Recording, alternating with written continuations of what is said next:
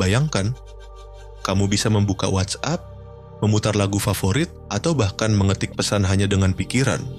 Kedengarannya seperti film fiksi ilmiah. Tapi ini bukan mimpi. Ini adalah kenyataan yang sedang dibangun oleh Neuralink.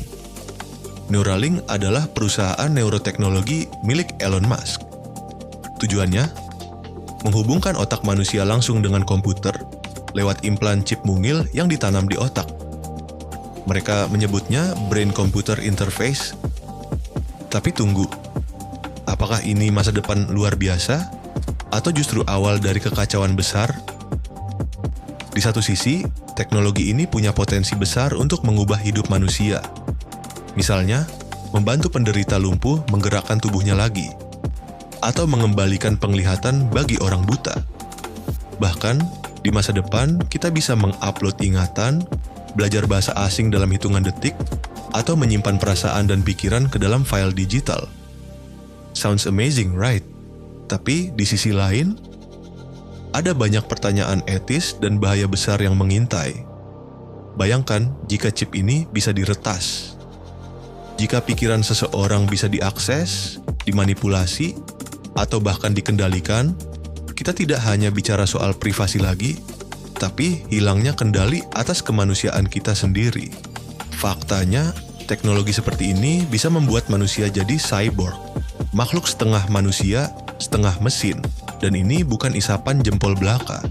Di tahun 2024, Neuralink sudah berhasil melakukan implan ke manusia pertama. Pasiennya bisa menggerakkan kursor komputer hanya dengan pikirannya. Ini tonggak sejarah, tapi juga peringatan dini. Pertanyaannya sekarang, apakah kita siap dengan masa depan seperti ini? Apakah teknologi akan benar-benar membantu manusia? Atau akan jadi alat kendali baru di tangan segelintir orang? Beberapa ilmuwan memperingatkan, kita butuh regulasi yang sangat ketat. Karena begitu otak bisa diakses, maka semua hal paling pribadi dalam hidup, ingatan, emosi, bahkan kepercayaan, bisa jadi target eksploitasi. Namun, tidak semua orang pesimis. Banyak yang percaya ini adalah evolusi berikutnya dalam sejarah manusia. Seperti saat listrik ditemukan, atau internet pertama kali muncul.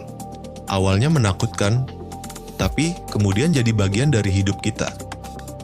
Yang jelas, satu hal pasti, Neuralink bukan sekadar teknologi. Ini adalah persimpangan antara manusia dan mesin, antara harapan dan bahaya. Dan masa depan kita akan sangat ditentukan oleh bagaimana kita, bukan hanya penemu, tapi juga masyarakat, memutuskan menggunakannya. Jadi, menurut kamu, apakah Neuralink adalah berkah atau bencana?